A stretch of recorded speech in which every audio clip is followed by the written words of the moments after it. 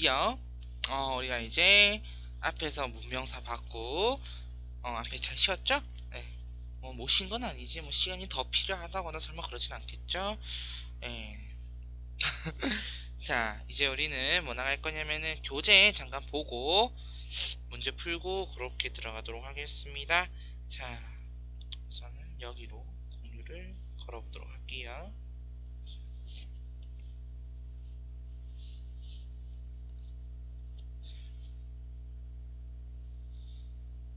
우선 자, 먼저 17페이지 보기 전 16페이지 먼저 보도록 하겠습니다. 자, 교재 16페이지 보면은 자, 세계 문자가 새겨진 점토판이라고 해서 자, 메소포타미아 인은 끝이 뾰족한 갈대나 금속으로 점토판에 글자를 새겼는데 그 모양이 세기와 닮아 세기 문자라고 불린다. 왜 우리가 세기를 박다 뭐 이런 표현 쓰죠. 그거 보면 되겠고, 오른쪽에 4대 문명의 발생 있지? 그 각각의 지역, 결국 4대 문명이 만들어지는 4대 문명이 발생하고 그런 지역 같은 경우는 농경에도 유리한 굉장히 기후가 온난하고 큰 강유역에 발달하더라 라는 것 정도. 자, 아래 자료 2 보겠습니다. 함무라비 법전이죠. 자, 제40조 사들여 보유하고 있는 농지, 과수원 또는 과옥은 매각할 수 있다. 사유재산을 갖다가 자기가 마음대로 할 수 있다. 그런 얘기겠지? 자, 128조 자, 아내를 맞이하면서 계약서를 작성하지 않으면 혼인은 무효가 된다. 이때부터 혼인계약서가 있었나봐요. 자, 그리고 제196조 자유인의 눈을 멀게 하면 그의 눈도 멀게 한다. 자, 여기서 자유인이라고 하면은 상대적으로 지배층을 의미하는 표현입니다. 자, 그리고 제205조 자, 노예가 자유인의 뺨을 때리면 그 귀를 자른다. 네.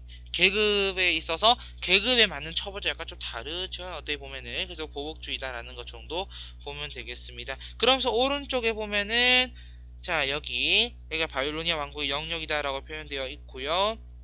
자, 수메르인의 초기 정착지, 비옥한 초승달 지대 이렇게 다 표현되어 있지. 그거 참고하시고 아래줄 이거 별표 진짜 중요하다. 자, 보도록 하겠습니다. 자, 첫 번째 그 길가메시 서사시 부분 한번 읽어볼래요?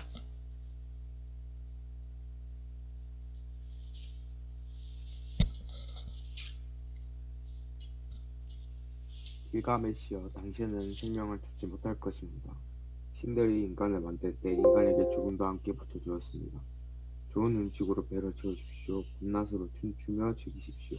왜냐면 이 또한 인간의 운명이니까요. 자, 여기 보면은 지금 좋은 음식으로 배를 채워라, 밤낮으로 즐겨라. 결국은 너 죽으면 이런 거 아무것도 못한다라는 그런 뜻을 볼 수 있습니다. 그래서 이런 길가메시 서사시 볼 수 있겠고, 자, 밑에 있는 그래 오시리스였어. 서기관이 토트 맞아. 아누비스 그래. 그 신이 아누비스였어요. 어쨌든 설명 읽어보도록 할게요. 자, 보온 재판관 오시리스는 너의 마음과 깃털을 나란히 저울에 매달겠노라. 왜냐하면 마음이야말로 인간의 존재와 삶을 규정하는 가장 중요한 것이기 때문이다. 저울질은 죽은 사람의 의사인 아누비스가, 그 결과는 신들의 서기관인 토트가 기록하도록 하라라고 되어 있습니다. 자, 그거를 읽으면 보면 되겠고, 자, 그 다음 페이지 18페이지 가보도록 할게요. 자, 18페이지 왼쪽 상단에 보면은 인장이라고 되어 있습니다. 자, 인도 문명 지역에서 발견된 인장이고 상형 문자 새겨져 있고 문자는 아직 해독되지 않았다라는 거 보면 되겠고요. 자, 그 다음에 오른쪽에 19페이지 자료 보도록 하겠습니다. 자, 거기 보면은 인더스 문명과 아리아인의 진출, 그래서 요 인도 보면 될 것 같고요. 자, 오른쪽으로 가면은 카스트제가 있지. 카스트제, 브라만, 크셔트리아, 발샤, 수드라 각각의 역할에 대해서 나오고 있다. 자, 그 다음에 아래 상해 신권 정체 보도록 하겠습니다. 자, 점을 치는 사람을 우리가 정인이라고 하는데, 자, 보자. 정인이 올해 왕이 5천의 병사를 모아 토방을 정벌하고자 하는데 신의 가호를 받을 수 있겠습니까? 라고 물었다. 상의 왕이 친히 점을 쳤다. 왕이 올해 상의 풍년이 되겠습니까? 라고 물으니 복조를 본 후에 길하다고 여겼다. 동서남북의 땅에 풍년이 되니 길하다라는 거지. 그러니까 이게 결국 뭐 약간 재정일치라고도 연결할 수 있겠다. 자, 그다음 오른쪽에 이제 갑골문에 대한 설명이 나오고 있고, 아무래도 그때 갈아다려서 먹었던 게 사골이 아닐까라는 생각이 들긴 들어요. 소의 어깨뼈라고 하니까 안 그러니? 뭔가 사골을 우려 먹었지 않을까라는 생각이 듭니다. 자, 안에 주의 봉건제입니다. 자, 주의 봉건제 천자라고 되어 있지. 그리고 그 안에 제후들이 있는데 제후들이 다스리는 그 단위를 국이라고 하거든. 국.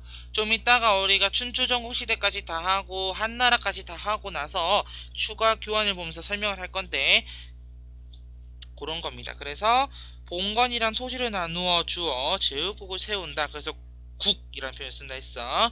왕이 제후국의 토지와 백성에 대한 통치를 맡기는 대신 제후는 왕에게 조공을 바치고 군사적 의무를 지게 한 제도다라고 했지. 자, 적장자 산속을 원칙으로 하는 종법제의 바탕으로 하고 있다라는 것까지 보면 되겠습니다. 그리고 이제 뒤로 넘기면은 문제가 엄청 나오고 있다 맞지?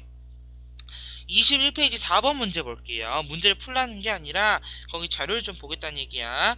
자, 함무라비 법전비 있죠. 함무라비 법전비 요거 보도록 하고, 자, 우르의 깃발 하면은 여기는 무슨 문명이 될까? 우르의 깃발. 우르의 깃발이라고 하면은 무슨 문명일까요?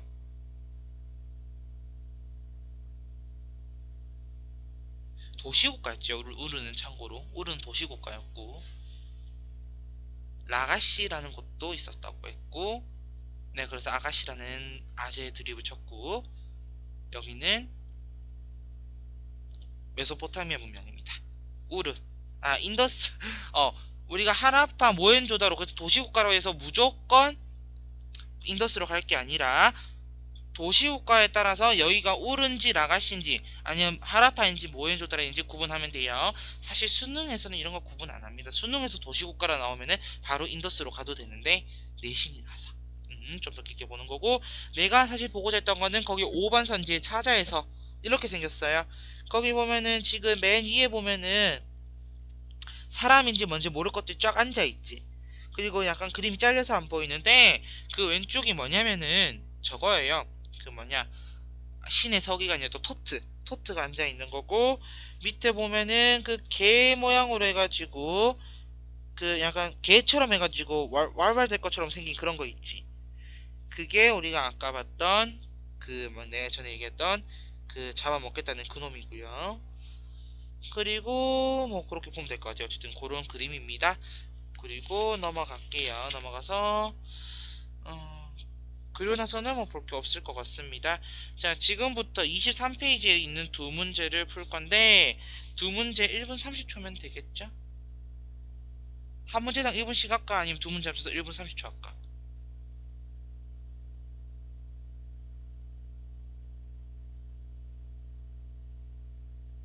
일단 해보고 우선 한 문제 1분 한번 가보도록 할게요. 그러면은 자, 1번 문제 풀면 됩니다.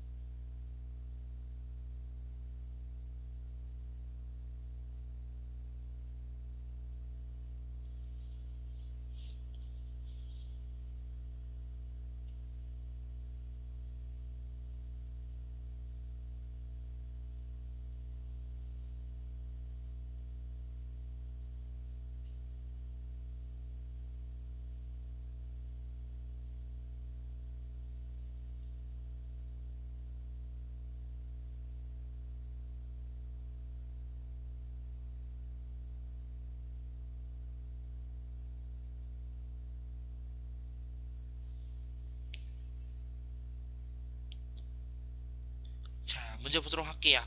자, 수메르의 왕 길가메시는 친구의 죽음으로 충격을 받고 영생을 주는 셈을 찾아가다가 어떤 여인에게 다음과 같은 말을 들었다. 길가메시여, 당신은 생명을 찾지 못할 것입니다. 신들이 인간을 만들 때 인간에게 죽음도 함께 붙여주었습니다. 좋은 음식으로 배를 채우십시오. 밤낮으로 춤추며 즐기십시오. 잔치를 벌이고 기뻐하십시오. 왜냐하면 이 또한 인간의 운명이니까요. 자, 길가메시 서사시라면은 우리가 바로 메소포타미아 떠올려주고 그럼 정답 2번으로 가면 돼요. 자, 파라오가 나오면은 이집트 문명이 될 거고, 다른 지역과 활발하게 교역하였다 그러면 인도 문명, 인더스 문명 하면 돼. 왜냐하면은 인도라는 지역 자체가 나중에 해상무역으로 굉장히 많이 발달하게 되는 그런 곳이고 이때부터 그랬어. 자, 그다음에 유일신을 믿는 신앙이 성립되었다. 유대교로 가겠죠. 그러면은 자, 유대교면 우리가 아는 헤브라이로 가면 되겠고, 자, 통일왕국을 오랫동안 유지하였다 하면 이집트 문명 되겠습니다. 자, 다음 23페이지 2번 문제 1분 갈게요.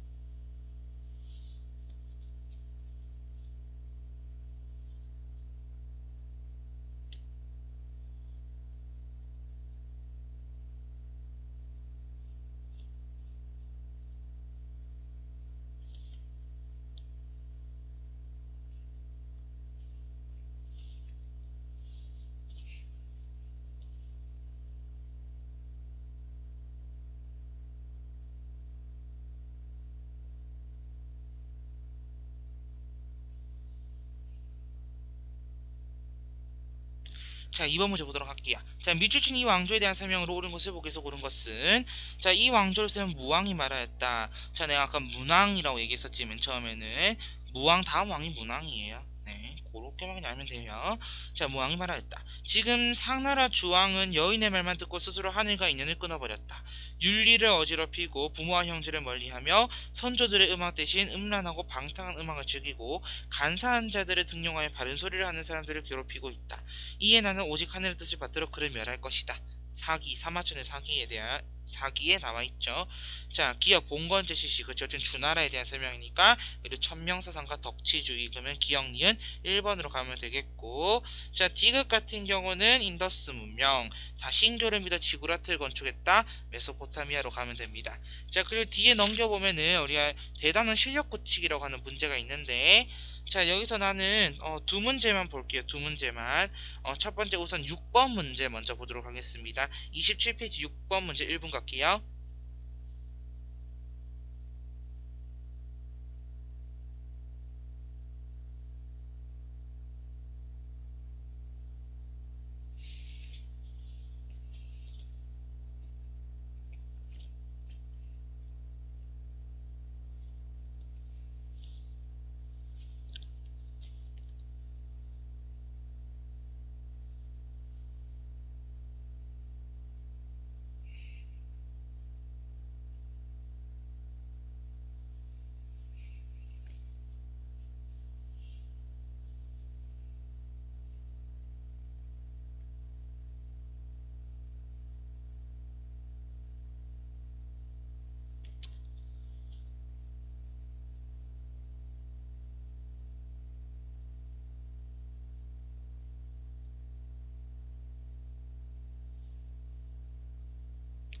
자, 보도록 하겠습니다. 자, 가나와 관련된 문명을 비교한 것으로 옳지 않은 것은, 요거를 약간 좀 더 수능식으로 바꿀 수 있을 수 있겠죠. 요거를 요런 형태는 사실 내신형에서 더 많이 나오는 문제고, 요거를 살짝 변형시키면 수능형이 될 겁니다.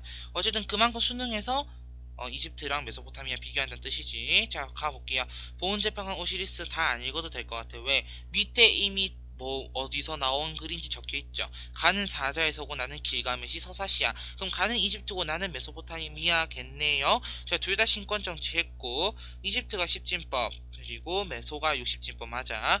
3번 이게 반대로 돼야 되겠지. 가가 상형, 나가 쐐기가 될 거야.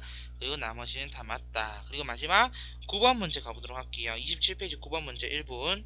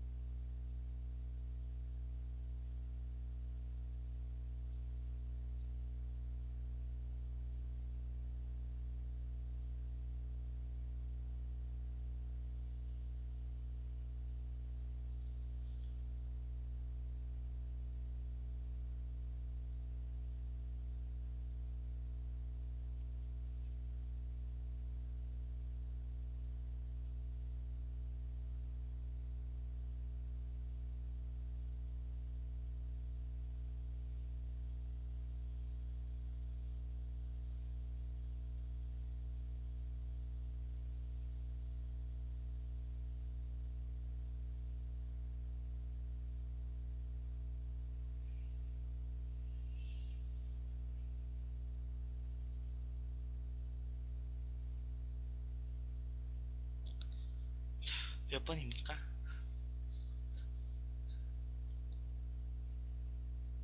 2번. 그렇지.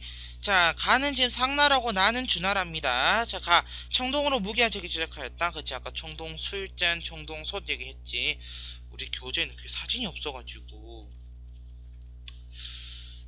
사진이 있어야 돼. 사진이 없어서. 뒤로 넘어가면 있으려나? 뒤로 넘어가도 없네요. 네, 어쨌든 뭐 검색해보면 나올 것 같긴 해. 그리고 본건지는 주나라고. 자, 그 다음에 천명사상과 덕치주의면은 주나라 맞지? 그래서 기억 디귿 2번. 그 다음에 왕을 태양신 라의 아들이자 살아있는 신으로 여겼다면 이집트 운명 되겠습니다. 여기까지 해서 1단원 끝. 우리 이제 2단원으로 갈 거예요. 동아시아 지역의 역사. 자, 첫 번째 표 보면은 30페이지고요. 오늘은 이제 이번 시간에 춘추전국 시대부터 진, 한까지 들어가 보도록 할게요. 자, 그러면은 필기노트로 가보도록 하겠습니다.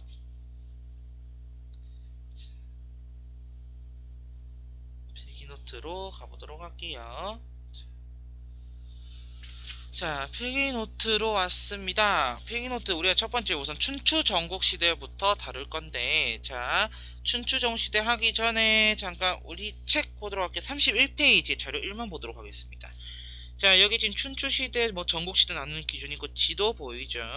요 지도가 시험에 많이 나온다. 근데 문제는 세계사뿐만 아니라 동아시아사에서도 이 지도가 나오는 만큼 이 지도가 그만큼 중요하다는 뜻이겠지. 두 과목 모두 기출에서 굉장히 많이 나온 지도이기 때문에 네, 얘기하고 싶었고, 자, 그러면은 우리는 들어가 보도록 할게요. 자, 우선 춘추 전국시대가 시작되는 배경입니다. 우선 첫 번째, 주나라가 동쪽으로 수도를 옮겼다, 동천했다 라고 했지. 누가 쳐들어와서 동천을 했니? 라고 물으면은 견융족이 침입을 했었다. 맞지? 견융족의 침입. 이 견융족이 침입함으로써 주나라가 그 땅에서 살지 못하고 나오게 되죠. 자, 그러면서 수도를 어떻게 옮겼다더라? 수도를 잠시만요. 이렇게 해야 되겠다. 그래서 수도를 호경에서 나급으로 옮겼다고 얘기했는데, 호경은 시안, 나급은 러양이라 부른다라고 얘기를 했습니다. 자, 그럼 이 춘추 전국시대가 어떻게 전개되냐? 자, 춘추 전국시대는 흔히 두 파트로 나눠서 봐요. 첫 번째, 춘추시대. 그래서 춘추시대 5개의 나라들 춘추 5패라고 하고, 전국시대 7개의 나라를 전국칠웅이라고 한다. 자, 춘추 5패는 존왕양이 시대라고도 하는데, 왜 존왕양이냐? 그래도 왕의 존재는 인정합니다. 왕의 권위가 굉장히 많이 실추됐을지는 몰라도 왕의 존재를 인정하기 때문이고, 그 다음에 전국칠웅은 약육강식이라고 부른다. 왜? 이때는 왕의 존재도 인정 안하고 지들끼리 맘대로 그냥 싸워요. 즉 하극상의 시대가 돼버린 거지. 그래서 춘추 5패의 나라는 제진초월, 제진초오월 이렇게 5개 나라인데, 내가 이게 수능이면 얘들아 외우지마 라고 얘기를 하겠지만 우리 내신이니까 어느 정도 외워놓으면은 문제 푸는 데는 빨리빨리 풀 수 있겠지. 내신 같은 경우는 서술형도 풀어야 되기 때문에. 맞죠? 자, 전국칠흥은 제진초, 우선 제진초 같지는 같아. 근데 이 나라는 다른 게 있어. 제진초, 그 다음에 연한, 위조, 이렇게 7나라인데, 자, 춘추 5패의 진나라랑 전국칠흥의 진나라는 다르다. 전국칠흥의 진나라가 우리가 좀 이따 할 그 통이라는 진나라가 돼요. 알겠지? 자, 그리고 정치로 갑니다. 정치. 첫 번째, 군현제가 이때부터 등장하기 시작한다. 왜? 주나라가 멸망하는 게 어떻게 보면 봉건제 때문이잖아. 봉건제가 점점 가다 보면 나중에 남이 되잖아요. 왜? 맨 처음엔 가족한테 준다고 생각했겠지. 근데 생각해봐. 예를 들어 4촌이 6촌 되고 6촌이 8촌 되고 8촌이 10촌 되고 10촌이 12촌 돼버리면 나중에 남이에요. 그냥 몰라요. 그러다 보니까 이런 봉건제보다는 중앙집권적인 형식의 군현제가 낫겠다. 그리고 관료제 일시시하더라 라는 거야. 자, 이걸 통해서 도모하고자 했던 게 뭘까? 바로 아까 얘기했던 중앙집권 정책입니다. 중앙집권 정책. 자, 다음 경제로 가보도록 할게요. 자, 농업 같은 경우는 이때 철제 농기구가 막 들어오기 시작해. 그리고 소를 이용해서 밭에 가는 우경이 보급이 되면서 소농민이 출현하게 된다. 소농민이 뭐냐면은 약간 그래도 농업으로서 돈을 버는 사람들, 농민보다는 약간, 그러니까 우리가 흔히 하는 농민보다는 돈을 조금 더 버는 사람들을 얘기한다. 자, 그 다음에 상공업 같은 경우는 대도시가 등장하게 되고, 이때 화폐를 유통하게 되는데, 그 화폐의 종류가 크게 2가지로 나뉜다. 뭐랑 뭐가 있냐면은 도전이라는 게 있고 포전이라는 게 있다. 도전과 포전. 자, 그리고 사회로 가면은, 자, 우선 철제 무기를 쓰게 됩니다. 확대요. 알겠습니다.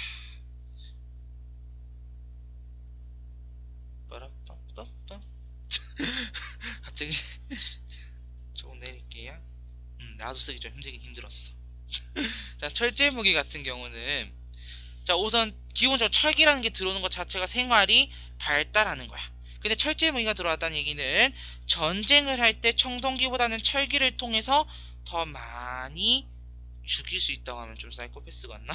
뭔가 좀 더 많은 그런 이득을 남길 수 있겠지. 전쟁의 입장에서 봤을 때는. 그래서 이 당시에는 전쟁 규모가 커지고 그리고 기병과 보병이 중심이 돼서 활동하게 된다라는 거 정도까지. 자, 그리고 사계층이 성장한다 했는데 이 사자가 선비 사자예요. 즉 이게 무슨 말이냐? 이제는 신분보다는 뭘 더 보겠다? 능력을 보겠다는 거야. 이 사람이 부국강병을 하는 데 있어서 능력, 우리나라가 부국강병에 지는 데 있어서 능력이 있다면 그 사람을 등용하겠다는 얘기야. 그래서 선비계층, 사계층이 성장하게 되더라 라는 얘기고, 자 밑으로 내리도록 하겠습니다. 제자백과가 나오는데, 자 제자백과의 유가에는 공자, 맹자, 순자 같은 학자가 있고, 도가에는 노자와 장자, 노자와 장자. 자 그 다음에 법가에는 한비자, 이사, 상앙 같은 사람이 있고, 묵가에는 묵자와 같은 사람이 있다. 자 여기서 각각 비교되는 대상이 있는데 유가랑 묵가랑 이렇게 서로 대비해야 돼. 그래서 유가의 사상하고 묵가의 사상하고 대비되는 부분이 많고, 그 다음에 도가 사상하고 법가 사상에 대비되는 부분이 많다. 그 내용을 내가 오늘 추가 자료에다가 굉장히 자세하게 적어놨기 때문에 추가 자료를 보면서 마저 설명을 하도록 할게요. 자 우선 제자백과까지는 필기 다 됐니? 오케이. 자 그러면은 넘어가서 잠깐 우리는 이제 뭘 보고 온다? 추가 자료를 보도록 할 건데, 어머나 추가 자료가 어디로 갔니? 잠시만요. 자 추가 자료를 찾으러 떠나보도록 하겠습니다. 내가 설마 다운을 안 받았나? 다운 받았죠? 학들에서 보도록 할게요. 자 1번에서 우리가 제자백과 사상이라 해서 춘추정시라 돼 있다. 제자백과 사상만 겁나 자세하게 적어놨는데, 자 이렇게 자세하게 적어놓은 이유는 내신이기 때문에, 내신에서 충분히 이 파트 자세하게 낼 수 있기 때문에 이렇게 준비를 했고, 첫 번째 보도록 할게요. 자 첫 번째 유가사상이야. 유가사상 오른쪽에 공맹유학이라 적어놨는데 잠깐 뒤로 넘겨 밑에 빈칸에 오른쪽에다 적을게요. 오른쪽에다가 요것만 적어줄게요. 오른쪽에 3번 적을 게 있거든. 자, 오른쪽에다가 여기에 유학의 발전 단계라고 하도록 할게요. 세계사, 특히 중국사를 다루는 데 있어서 유학의 발전 단계는 반드시 알아야 될 부분이다. 자, 유학의 발전 단계 첫 번째 우리가 선진유학이라고 부르는데, 이 선진유학이 무엇이냐 하면은 우리가 지금 배우고 있는 이런 공맹유학과도 같은 말이고, 자 그와 동시에 이 시기는 뭐다? 바로 우리가 아는 춘추 전국 시대의 유가 사상과 같다라는 거야. 자, 이 선진 유학을 지나서 자, 진나라 때 좀 이따 배우겠지만은 진나라 때 진시황제가 분서객류를 해버려. 경전이 남는 게 없어. 그리고 유학자들 싹 다 갱도에 묻어버렸어. 자, 그럼 이제 어떻게 해야 돼? 뭐 별 수 없지. 그 남은 경전들 가지고라도 해석을 하고 주석을 좀 더 달아서 어떻게든 해결을 봐야 될 거 아니야. 그래서 등장한 게 무엇이냐면은 훈고학이다. 자, 그래서 훈고학은 한나라 때부터 시작해서 당나라 때까지 하고, 대표적으로 당나라 때 공영단이라는 사람이 쓴 오경정이라는 책이 훈고학과 관련이 있고, 그리고 세 번째, 자 송나라 때 남송시대라고 우리가 부르는데 송나라 때 성리학이 등장하게 된다. 자 이거를 만든 사람이 누구냐 하면 우리가 아는 주자죠, 주자. 그리고 네 번째가 양명학. 성리학은 너무 이론적이다. 실생활에 도움이 되지 않는다. 좀 더 실천적인 학문이 필요하지 않을까? 라면서 명나라 때 양명학이 등장하고, 그걸 만든 사람이 왕양명, 왕수인이라고 한다. 자 그리고 마지막으로 고증학. 마지막은 아니지. 고증학이라고 해서 이건 청나라 때 만들어진 거고, 얘는 약간 실사고시적인 성격이 크다. 즉 실증적으로 연구하는 그런 성격이 크다 라고 합니다. 그리고 마지막으로 공양학이라고 해가지고 요거는 진짜 청말에 청말에 등장하게 되는 건데, 공양학은 춘추좌시전이라는 책을 가지고 연구하는 것으로 대표적인 사람이 누가 있냐면은 캉유웨이라든지, 이거 우리가 나중에 이제 배울 거예요. 량치차오 이런 사람이 공양학의 대표적인 사람들이 되겠다라고 보면 되겠습니다. 자, 그럼 다시 위로 올라와서, 내가 안 적어놨구나. 자, 그럼 본격적으로 여기다 우리 이제 빈칸 채워보도록 할게요. 자, 첫 번째, 자, 육아사상에서 인성론, 인간 본성론이야. 인간 본성에 대해서 어떻게 생각하느냐는 거야. 보통 생활과윤리 과목에서는 어떻게 얘기하냐면은 그냥 그러니까 육아 전체를 뭉뚱그려가지고 유교 전체를 뭉뚱그려서 성선설이다 라고 얘기하는데, 우리 교과서에는, 세계사 교과서에는 그렇게 뭉뚱그려서 적혀있지가 않아요. 약간 분리가 되어 있기 때문에 나도 분리했습니다.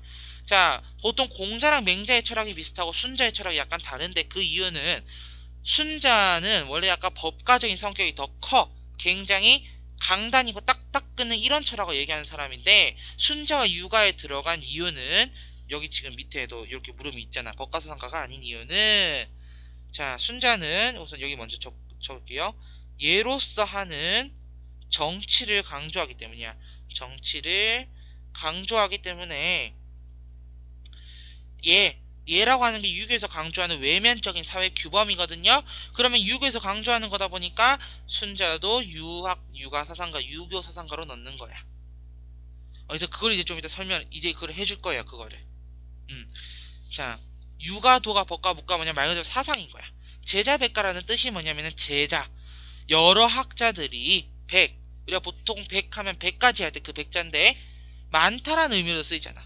많은 학문적인 집안이라는 뜻으로 쓰이기도 하고, 뭐 어쨌든 그런 형태로 보는 거예요. 그래서 여러 가지 학문이다, 많은 학문이다라고 생각해 주면 돼요. 그래서 유가, 도가, 법가, 묵가뿐만 아니라 그 당시에는 뭐 병가, 손자병법, 손자가 병가사상가거든. 손자병법이라든지 또는 뭐 종행가, 음양가 뭐 이런 것들이 있어. 근데 이게 다 뭐냐? 결국은 국가를 부국 강병하게 만들고자 하는 거예요. 그래서 여기다 적어볼게요. 국가를 부국 강병하게 하는 방법. 부국 강병하게 만드는 방법이다.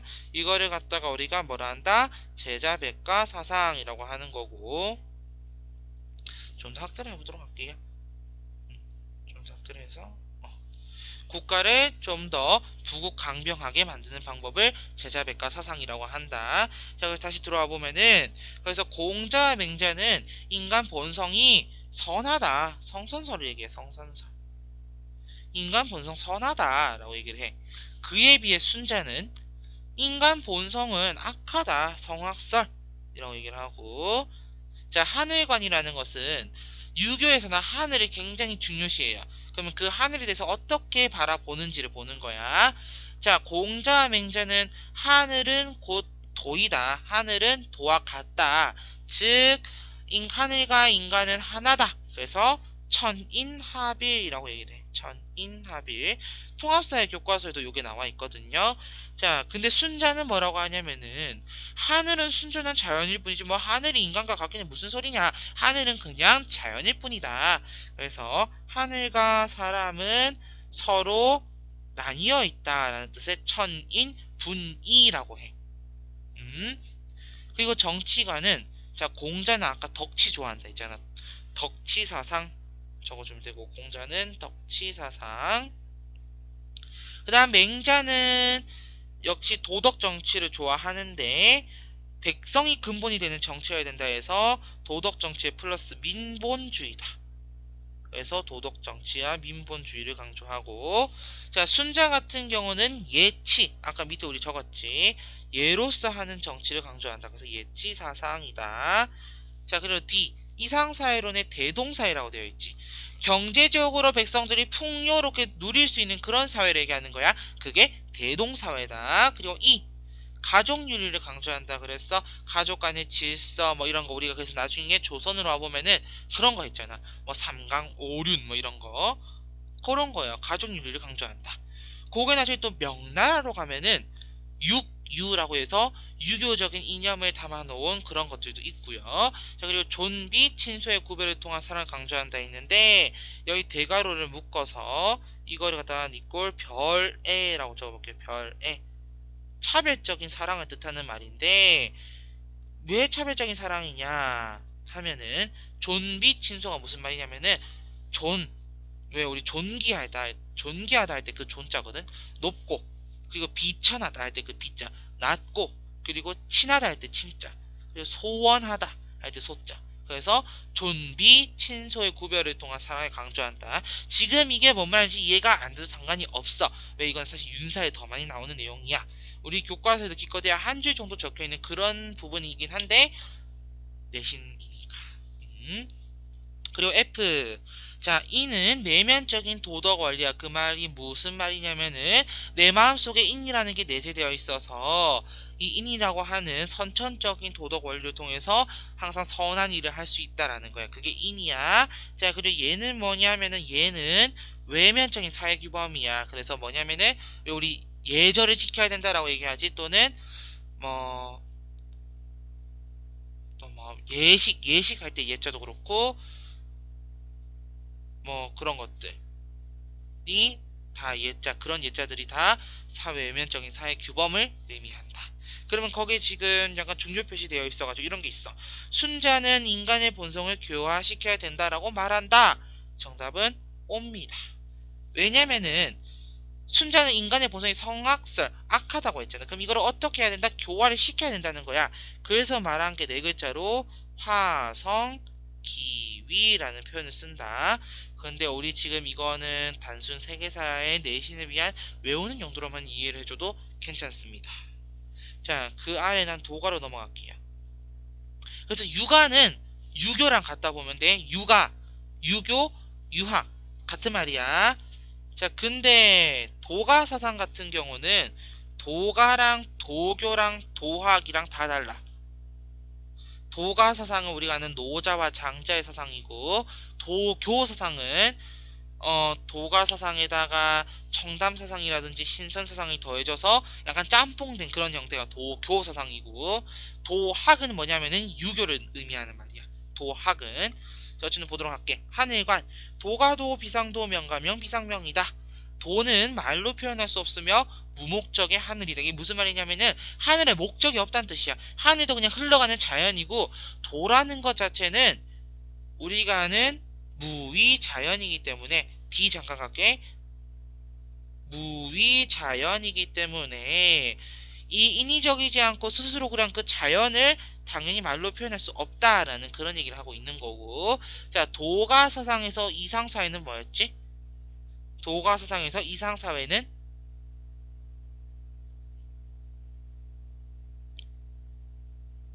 작은 나라의 적은 백성이라는 표현을 썼어. 우리가 네 글자로 이거를 뭐라 할까? 작은 나라의 적은 백성. 못한 걸로 이해할게요. 소국과민이지. 소국과민. 그렇지. 자, 그리고 얘네는 최고선이라는 게 뭐냐? 바로 상선약수라는 표현을 쓰는데, 이게 뭐냐?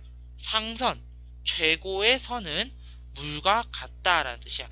물은 인위적으로 막 뭘 파고 들지가 않아요. 물은요, 바위가 있으면 바위를 피해서 흘러갑니다. 그리고 길이 난 대로 그냥 흘러가요. 길이 있는 대로 흘러가는 거지 인위적으로 방향을 막 틀어서 왔다 갔다 하질 않습니다. 그래서 우리 이렇게 표현한다. 이후 중국의 자연관이나 회화, 시에 영향을 주는데 위진남북조 시대 귀족들에게 인기가 있었다. 플러스 알파. 위진남북조 시대 대표적으로 도연명이라는 시인이 있습니다. 이 사람이 쓴 기거래사라는 작품이 있어. 이 작품에서 약간 회피적인 성격이 나타나더라. 약간 도가 사상이 나중에 변질되면 회피적인 성격도 약간 나타나게 되거든. 그렇게 이어서 보면 되겠고, 자, 법가 사상은 한비자, 이사, 상왕 이런 사람 얘기했고, 진시황제가 이 사상을 이념으로 삼았는데, 자, 법, 형벌에 의한 사회 질서유지를 강조하는 거, 이거를 신상필벌이라고 한다. 신상필벌. 요게 법가 사상이다.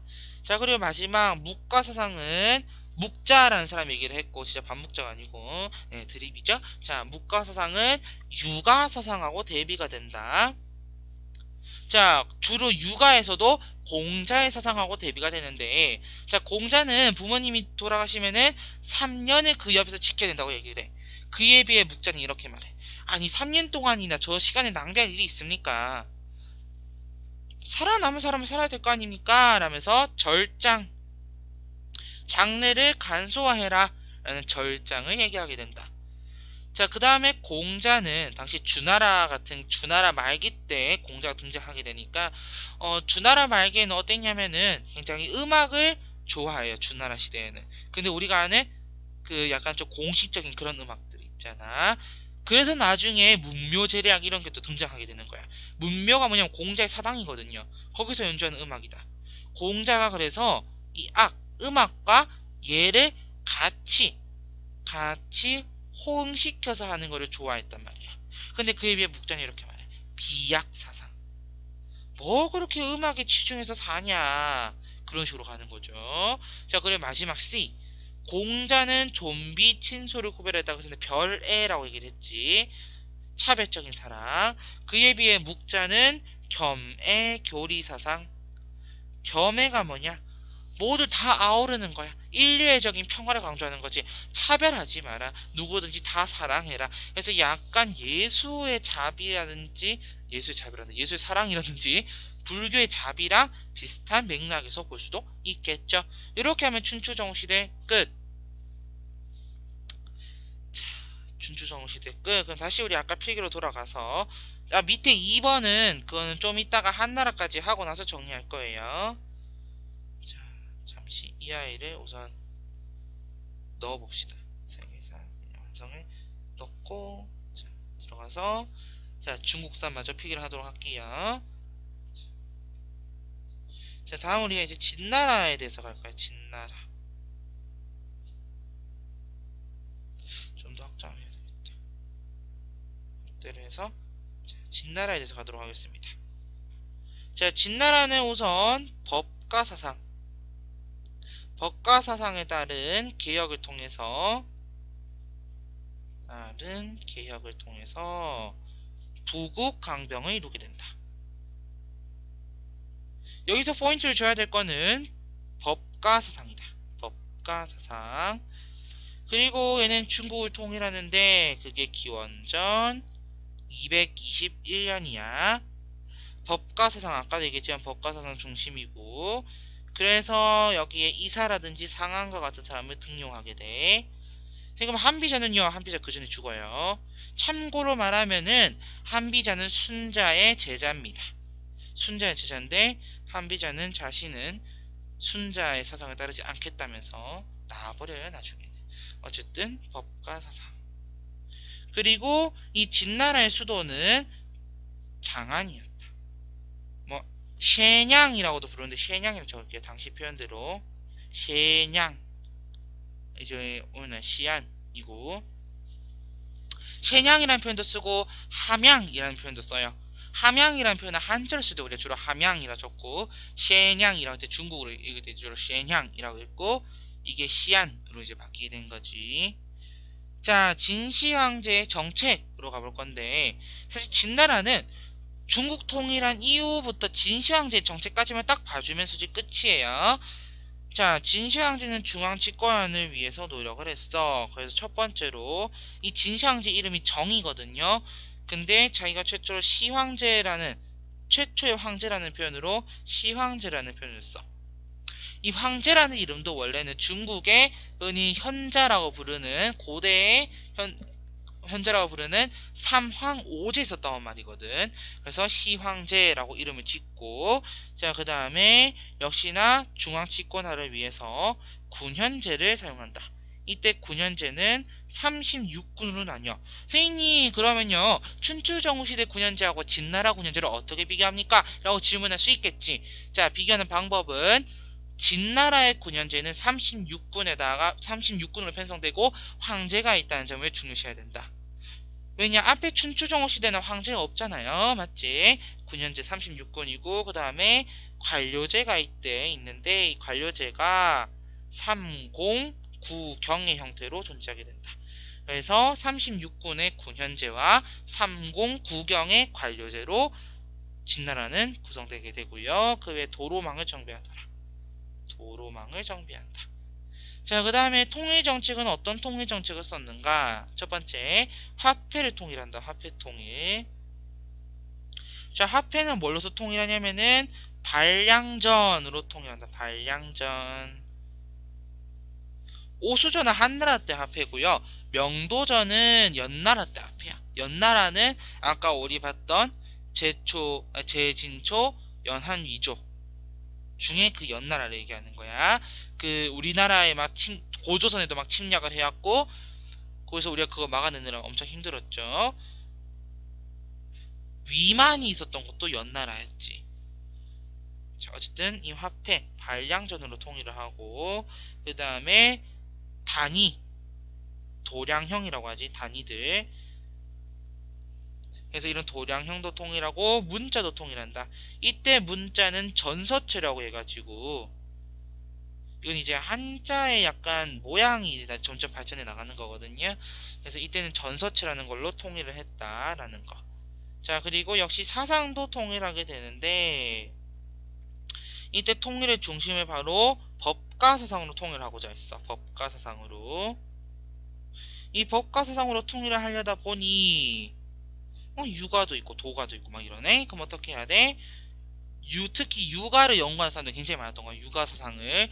안 되겠다. 이 사람들을 묻어버려야지. 그래서 유학 경전들을 불태웁니다.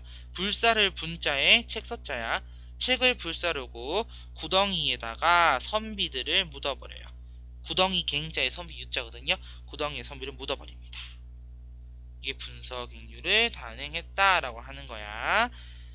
그럼 이를 통해서 유교 경전들, 유학 경전들이 없으니까 한나라 때 훈과학이 발전하게 되는 거고.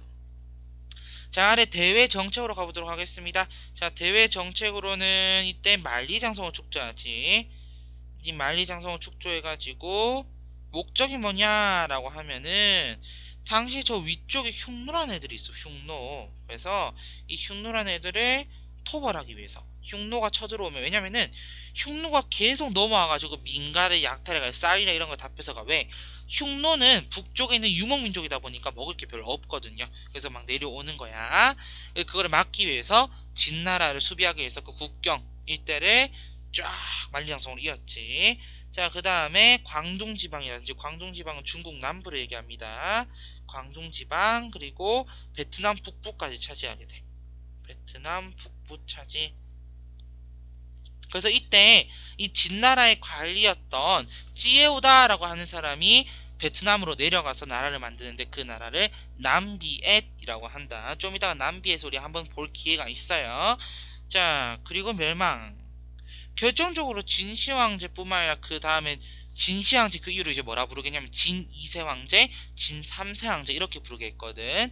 진 2세 황제로 지금 왕위가 넘어가는 그런 과정에서 가혹한 통치가 이루어지고 대규모의 토목공사가 이루어지면서 대표적으로 아방궁이나 진시황릉과 같은 이런 대규모 토목공사가 이루어지게 되면서 백성들도 힘들고, 거기다가 당시에 징집령이 떨어져가지고 이제 그 건물을 지으러 가야 되는데 징집령이 떨어진 거야.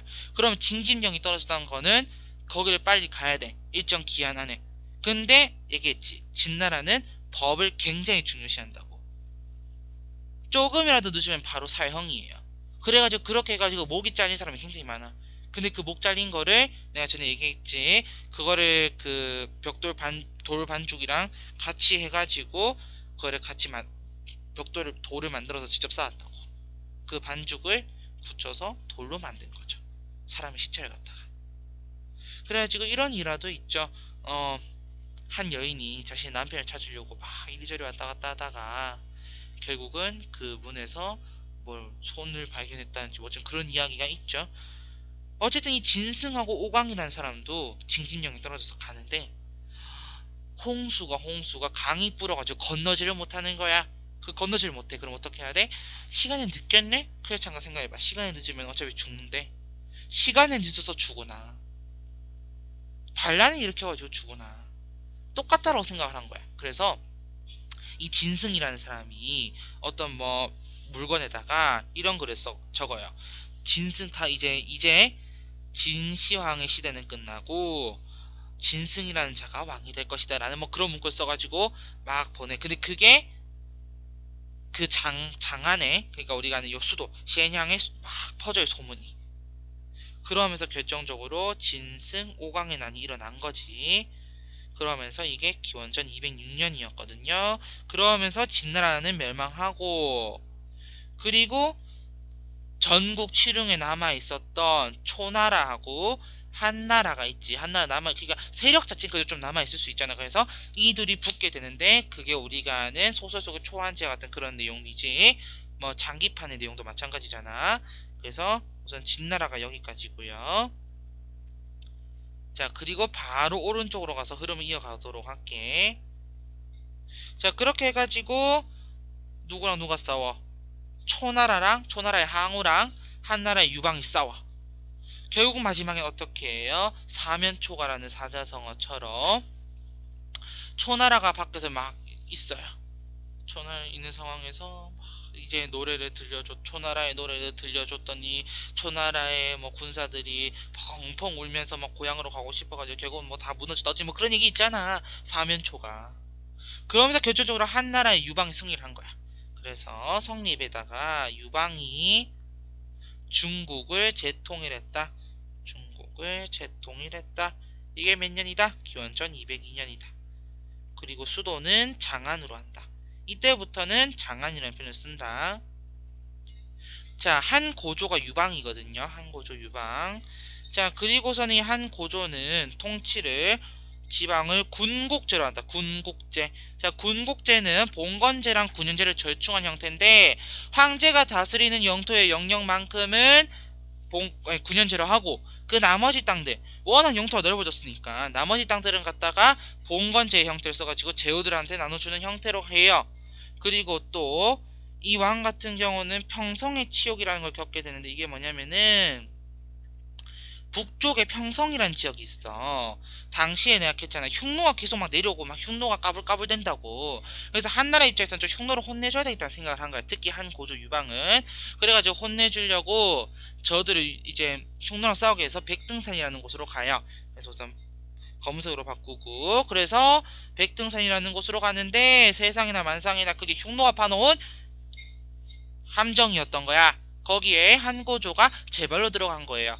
그래서 거기에 갇혀 있는 거야. 아, 이게 안 되겠는 거지. 그래서 한나라 고조가 시킵니다. 저기 흉노의 연지한테 편지를 써라. 연지가 뭐냐면은 우리는 이제 왕의 와이프를 왕후 또는 왕비 뭐 이렇게 부르잖아. 거기는 뭐 왕을 선우라고 부르고요. 흉노에서는 왕을 선우라 부르고 왕비를 연지라 불러요. 그래서 연지한테 글을 막 써요. 연지한테 글을 써가지고 생각해봐라. 너네 계속 이렇게 내려오면은 한나라에는 절세 가인이라는 표현을 쓰지. 절세 가인들이 많은데, 네 남편이 그렇게 당신 남편이 묵특선우. 왜 우리나라도 뭐 고종, 뭐 성종 이렇게 말하듯이 묵특선우야. 묵특선우가 그 여인들을 보고 마음을 뺏기지 않겠냐. 너네는 그래도 이 내륙의 이 여인들보다는 너네가 못생겼잖아. 그러니까 너네 여기서 이쯤 그만하면은 좀 좋겠다. 그런 식으로 이게 협박인지 열어달라는 요청인지 모르겠어요. 근데 그걸 연지가 보고 나서 자기도 그게 이해가 되거든. 왜냐하면 한나라 여인들을 많이 봤기 때문에 안 되겠다 해가지고 결국 이 한 고조의 청을 들어주게 돼요. 그러면서 결국 이제 슬쩍 뒷문을 통해서 빠져나옵니다. 그 이후로 한 고조는 흉노에 많은 공물을 바치면서 살게 되고 그러다가 한 고조가 죽고 6대 황제인 한 무제가 즉위를 하게 돼. 얘 이름은 유철이거든요. 유철. 유씨 집안이에요. 그래서 이 한 무제 같은 경우는 아니 저렇게 우리가 흉노한테 끌려다니면 평생 흉노한테 끌려다니겠다. 야. 흉노가 여기까지 들으면 어떻게 하려고 하니? 그러면서 우선 첫 번째 중앙집권 정책으로서 군국제 말고 군현제로 다시 바꿉니다. 군현제. 그리고 사상을 하나로 모으는 게 중요해. 삼국시대에는 우리나라 삼국시대는 그 사상을 하나로 모으기 위해서 불교라는 것을 이용했지. 근데 이 당시에 이때는 어떻게 하냐면은 유교를 갖다가 파란색으로 유교를 갖다가 관학화해버려요. 유교를 국가의 학문으로서 지정을 해버린 거야. 이걸 이제 누가 건의를 하냐면은 동중서라고 하는 사람이 건의를 하고요. 유교를 간악화시키면서 태학이라든지 박사제도 이런 것들이 만들어지게 된다. 자, 그 다음에 대외 정책으로는 우리 아까 얘기했었던 그 진나라 관리 찌오더가 만든 그 남비엣 있지? 그 남비엣이라든지 기원전 111년에 남비엣이나 그 다음에 고조선은 기원전 108년이었지? 이때 각각 정복한다. 그리고 장건을 대월지에 파견하거든. 대월지. 당시 대월지는 어디냐면 저쪽 서아시아 쪽에 있어요. 당시 서아시아에는 파르티아라고 해가지고 이 시기면은 이제 파르티아, 그렇지.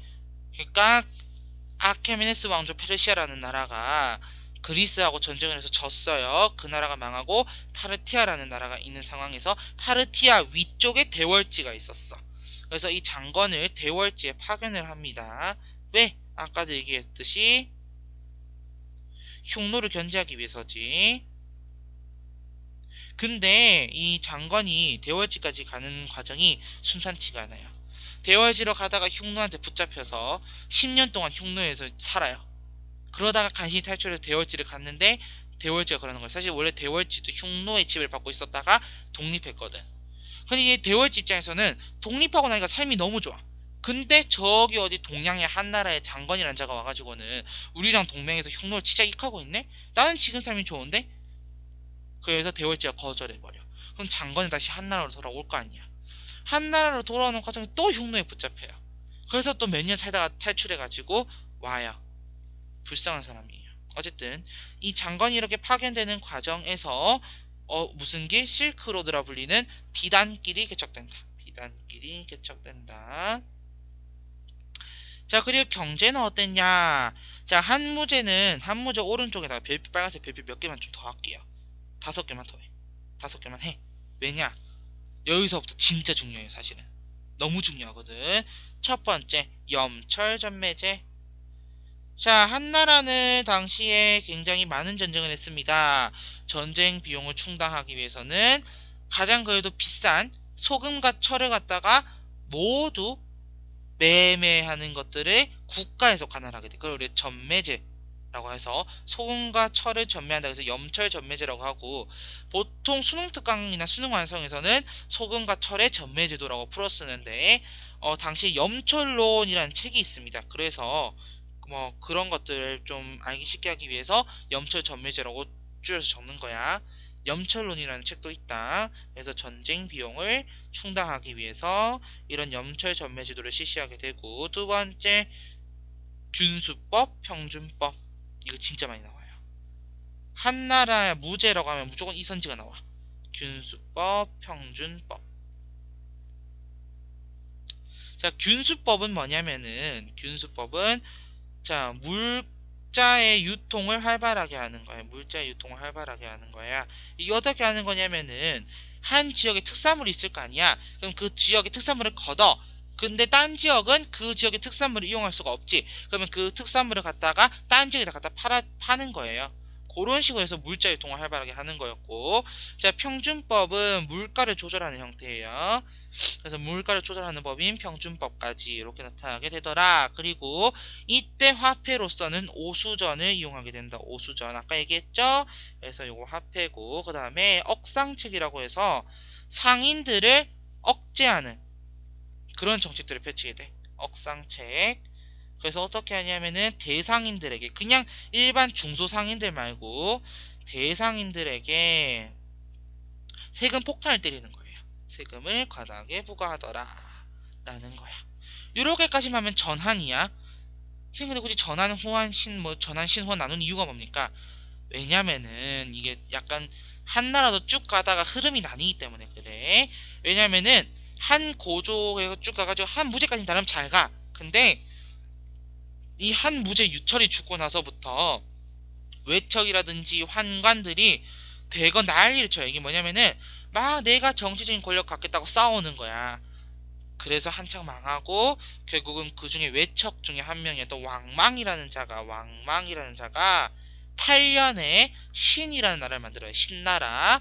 옛날에 이런 걸로 참 많은 드립을 쳤었는데 새로운 신자거든. 이 신나라를 만드는데 이 신나라는 토지 국유와 그리고 콤마 노비 매매 금지를 얘기한다. 노비 매매 금지를 얘기한다.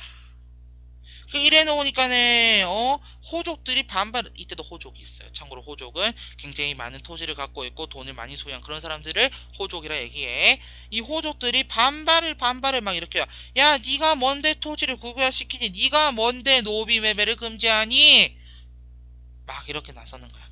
그래서 그 호족들에 의해서 17년 만에 신나라가 멸망하고요. 후한이라는 나라가 다시 들어서게 됩니다. 이때는 유수라고 하는 사람에 의해서, 유씨 집안이지, 얘를 광무제라고 불러요. 우리가 후한의 광무제. 이 광무제가 호족의 도움을 받아서 세우게 되고, 수도를, 원래 우리 수도 어디였어? 장안이었잖아. 장안에서 러양으로 옮깁니다. 장안에서 수도를 러양으로 옮겨. 그리고 이 시기에는 전한에 있는 제도들을 부활시키고, 또 백성들 너무 힘들잖아. 그러니까 뭐 해줘야 돼? 조세 감면, 세금 감면하는 거예요. 자, 그리고 한위 노국왕 금인이라고 해가지고 파란색으로 바꿔서, 자, 한위 노국왕 금인이라고 해서, 자, 일본에 노국왕이 찾아와요. 당시 일본 같은 경우는 100몇 개가 넘는 소국이 있었거든. 그 중에 한 나라였던 노국에서 찾아옵니다. 노국왕이 와가지고 막 제가 이렇게 한낱 미천한 신하가 후한 강무 후한에 우리 저 폐하를 뵙기 위해서 왔다, 이런 식으로 알랑방구를 끼는 거죠. 그러니까 하나라도 좋아가지고, 그래 네가 왔니? 그래 너를 내가 특별히 인정해서 금도장, 금인이거든요. 그래서 금도장을 하사하겠다라고 한 거야. 근데 그게 일본 내에서는 굉장히 큰 이슈를 가져오게 되지. 왜? 다른 나라로부터 그 나라는 인정받은 게 돼버리니까. 그래서 이게 57년도에 받은 거다. 57년도에. 자, 이렇게 잘 나가는 듯했던 한나라도 결국은 진짜 그 버릇 어디 안 가죠. 외척과 한관들이 난리를 치고 있고요. 거기다가 플러스 호족이 토지를 겸병한다. 토지를 겸병한다는 게 무슨 뜻이냐? 어쨌든 그냥 쉽게 의미하면은 토지 겁나 많이 갖다 쓴다, 그런 얘기라고 생각해주면 돼요. 그래서 토지를 겸병하면서 이거 안 되겠는데 싶어가지고 장각이라는 사람을 중심으로 황건적의 난이 일어나게 된다. 삼국지톡이라는 웹툰 보면 이게 굉장히 자세하게 나오죠. 184년입니다. 184년. 그래서 나도 초기는 삼국지톡을 열심히 봤는데 요즘은 안 봐요. 자, 그래서 장각이라는 사람이 황건적의 난을 중심으로 이끌었고, 거기에 태평도라고 해가지고 약간 도교가 변질된 그런 종교 중에 하나로 나오게 되는데, 태평도의 인물들이 또 중심이 된다. 그래서 누런 수건을 쓴 사람들이 난을 일으킨다 해서 황건적의 난이 되고, 결론 멸망합니다. 220년에. 그러면서 위초고 삼국시대로 넘어가게 되는 거야. 여기까지 하면 중국사예요. 중국사까지 했고, 자, 중국사가 뭔 중국사라. 오늘 한 게 중국사지, 맞지? 자, 그리고 잠깐 다시 또 그 교환, 추가 교환으로 넘어갈게요. 잠깐. 자, 이 정도 썼으면은 잠시 추가 교환으로 다시 넘어와서, 추가 교환으로 다시 넘어와서 2번 보겠습니다. 2번. 자, 본건제 궁국제 9년대 돼 있어요. 내가 이걸 갖다 놓은 이유는 2015학년도 6월 평가원 동아시아사에 출제된 적도 있었고, 세계사에서는 그보다 훨씬 많이 출제가 됐기 때문에 요거를 갖다 비교를 한번 해보고자 하는 겁니다. 자, 본건제는 첫 번째 중심에 천자가 있어요. 천자 하늘의 아들이란 그런 뜻이야. 얘가 자신의 이 영토만큼은 자신이 통치를 하고, 나머지 요만한 남은 땅들 있지. 남은 땅들을 쪼개요. 쪽에다가 이걸 누구한테 주느냐? 각각 제후한테 주겠지. 제후한테. 그래서 제후한테 주는데, 이거를 하나의 단위를 우리가 뭐라고 한다고? 국이라고. 제후국. 그래서 국이라고 한다 이겠어. 그래서 이렇게 좀 칠해가지고 요게 한 단위를 국이다 라고 이렇게 적어주시고요. 나라 국자 할 때 국. 그리고 제후 아래에도 관직이 있습니다. 경과 대부와 같은 관직이 있고, 그 아래 사라고 하는 관직이 있다. 요게 봉건제의 형태고, 자, 군국제는 어떤 형태냐면은, 자, 황제가 있어요. 황제가 있고, 황제가 다스리는 땅이 요만큼 돼. 황제가 다스리는 땅이 요만큼 돼. 그리고 요 남은 땅들 이렇게 쪼개. 우선은 쪼개서 여기에 군을 설치하는 거야. 군. 그리고 그 아래 현을 설치하는 군현제 형태가 되겠지. 그리고 그 군에는 중앙관리를 파견하고, 그리고 남은 땅들 있잖아. 많이 남았잖아. 땅들이 아직 이만큼 남았단 말이야. 그 남은 땅들을 또 쪼개요. 이렇게 쪼개서 누구한테 줘요? 제후한테 줘요.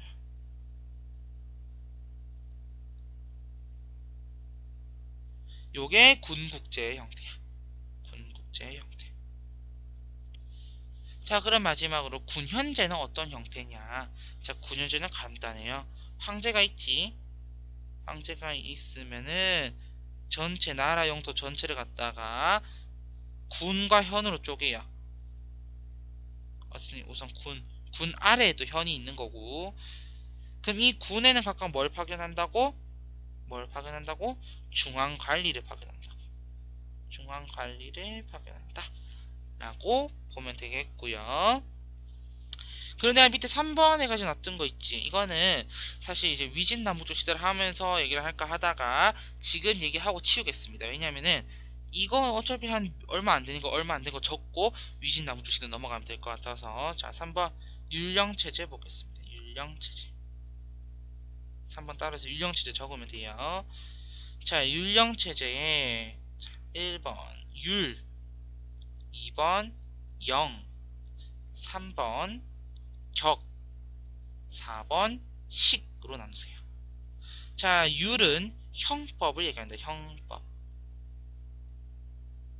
그러니까 저 범죄를 저질렀을 때 어느 정도 형벌을 내려야 되는지 그걸 율이라고 하고, 영은 행정법을 얘기한다. 행정법. 행정적으로 어떻게 다스려야 되는가? 행정법.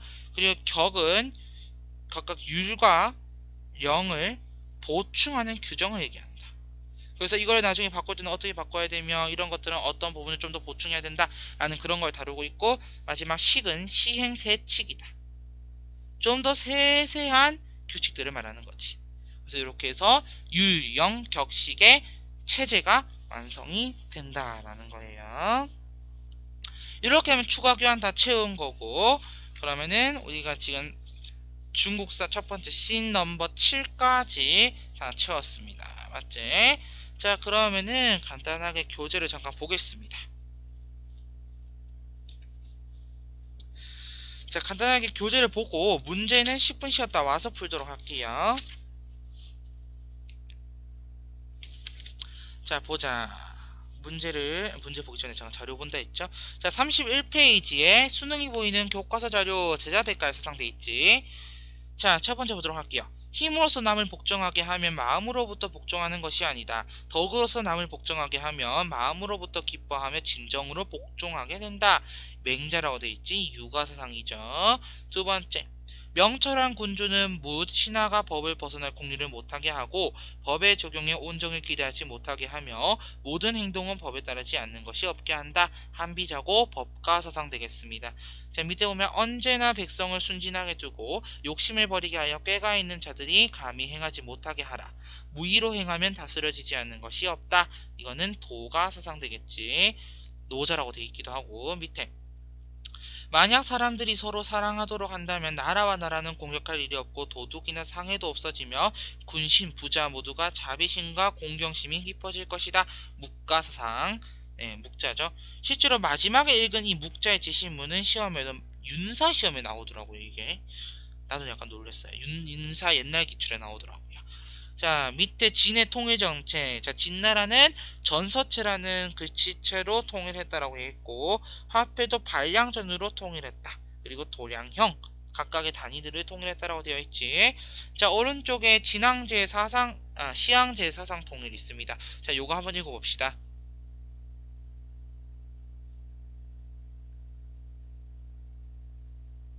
일반 백성이 가지고 있는 서적 가운데 의학, 전복, 농업, 임업에 관계되는 것을 제외하고 모두 풀되었다. 국가의 명령을 거역하고 황제를 비난하거나 불법을 어긴 160여 명의 수도 60명을 수도 셈양에서 산채로 묻어 죽였다. 네, 묻어 죽였대요. 이게 진짜 무서운 거지. 자, 그래 뒤로 넘어가 보겠습니다. 32페이지에 막 한나라 설명되어 있고, 자, 우리가 한나라의 경제, 사회, 문화 파트를 정리를 안 했는데 대충 우리가 얘기를 했거든요. 그래서 요거 잠깐 읽고 정리하도록 할게요. 제일 간단한 부분이라서 다음 페이지 정리하면 되니까. 자, 33페이지 보겠습니다. 자, 궁극제와 구전제 되어 있어. 자, 이건 아까 우리가 다 나눠봤기 때문에 그냥 보면 되겠고, 자, 무제의 대정책. 자, 장안에서 출발해가지고 둔황이라고 하면 나중에 둔황사원 하면서 배울 거고, 대월지까지 갔어. 그 대월지 바로 옆에 파르티아 있지, 안식국이라고. 결국은 이건 실패했다라는 거고, 오른쪽에 염철론에 관한 게 나온다. 흉노는 우리나라의 신하로서 따르지 않고 때때로 변경을 황폐하게 하고 있습니다. 돌아가신 선제는 변경의 백성이 오랫동안 흉노의 침략에 고통스러워하는 것을 불쌍히 여겨 방위력의 증강에 전력하였습니다. 그러나 그 결과 재정이 어려워져 소금, 철, 수레, 전매 및 수출입 금지법을 시행하게 되었습니다. 염철론이지. 그리고 밑에 무제의 책문에 대해서 동중서는 다음과 같이 응답하였다. 하늘이 어떤 일을 지켜세워 재앙으로 만들 때는 인력으로 하지 못한 현상이 반드시 저절로 나타나게 되는데 바로 천명을 받았다는 징표입니다. 재앙이 방탕하고 나태하면 나라는 쇠하고 백성을 통솔하여 다스리지 못하며 재앙이 발생합니다. 제왕은 하늘의 뜻을 받들어 정치를 행해야 합니다. 따라서 덕과 교화의 힘을 빌려 다스릴 뿐 형벌의 힘을 빌려 다스리지 않습니다. 즉 덕으로서 나라 다스려야 된다 그런 얘기하고 있는데 밑에 한서라고 되어 있죠. 지금부터 그래서 그 파트 경제사회문화 조금 보도록 할게요. 자, 경제사회문화는 4강이라고 되어 있는 프린트에 되어 있습니다. 우리는 한나라의 경제, 사회, 문화만 정리하면 되니까 요 파트까지 딱 정리하고 또 10분 쉬고 문제 푸는 식으로 가도록 할게요. 자, 우선 책을 좀 올려놓도록 하겠습니다. 자, 책이 너무 두껍죠. 자, 보도록 합시다. 자, 먼저 한나라의 경제부터 볼게요. 자, 한나라의 경제를 우리가 크게 농업과 상공업으로 나누고 있는데, 자, 농업은 뭐시 간단한 거예요, 이거. 뭐 철제 농기구가 나와서 농업이 발전하고 토지 사유화가 진전되었다. 뭐 그런 내용이지. 자, 상공업 같은 경우는 서역과 교역을 하는 것이 점점 발달하게 되더라. 왜? 그 당시에 파르티아 같은 경우, 파르티아에서 많이 넘어왔거든요. 동아시아 쪽으로. 그래서 이런 서역과 교역이 발전했고, 그래서 장안이라든지 러양과 같은 곳들이 상업 도시로서 발전하게 된다.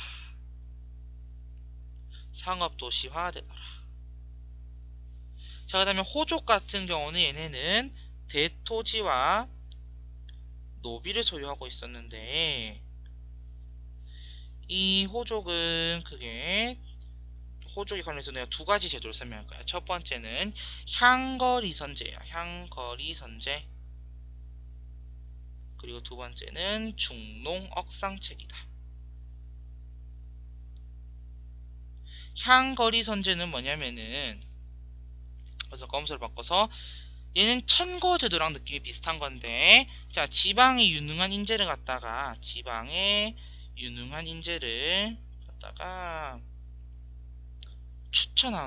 천거하는 제도예요. 천거. 뽑는다, 추천한다는 거지. 근데 이게 점점 가면 갈수록 약간 조금 문란해져요. 제도가 약간.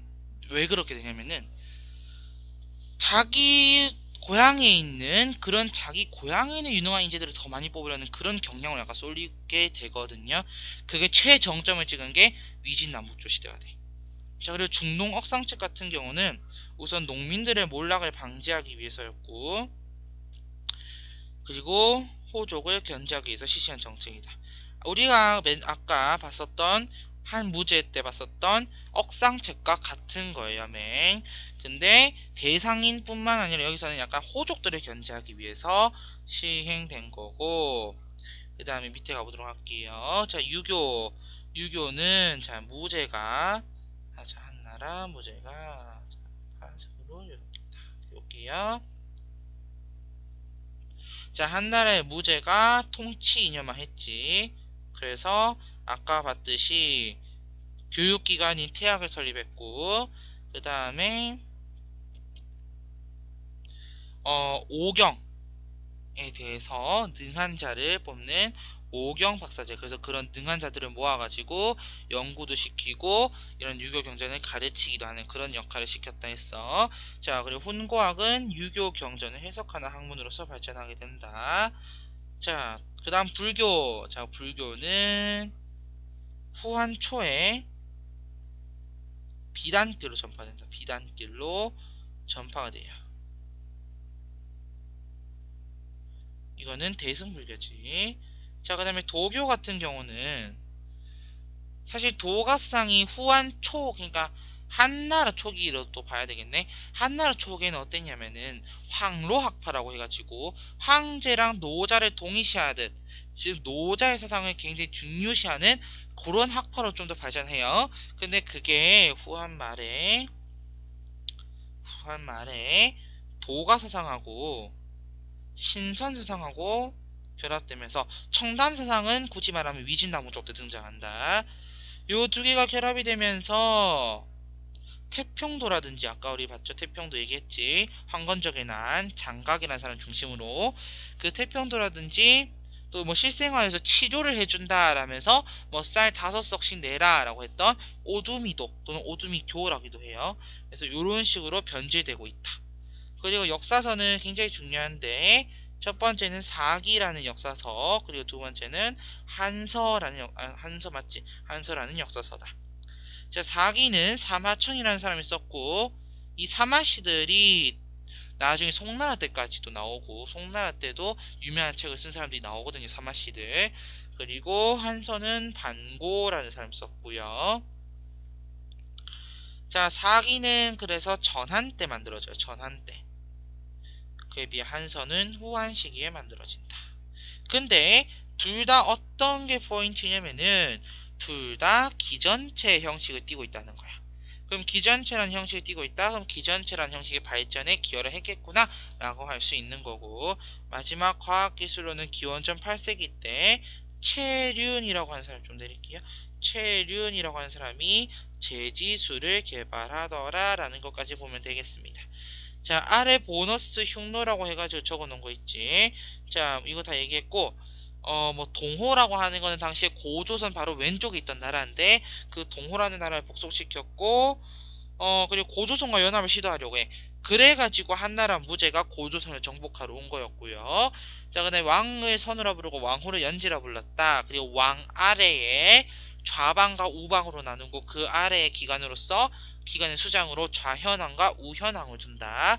그리고 평성의 치욕을 통해서 흉노는 오히려 얻는 게 더 많았지. 그러나 한 무제 때 묵툭선우는 고비사막 이북으로 쫓겨난다. 자, 여기까지 하면은 우리가 한나라까지 정리했고요. 자, 그러면 한나라까지 정리했으니까 이제 10분 쉬었다가 우리는 이제 다음 시간에 문제 풀고 위진남북조 시대로 넘어가도록 할게요. 위진남북조 시대랑 수나라. 자, 그러면은 10분 쉬었다 보도록 하겠습니다.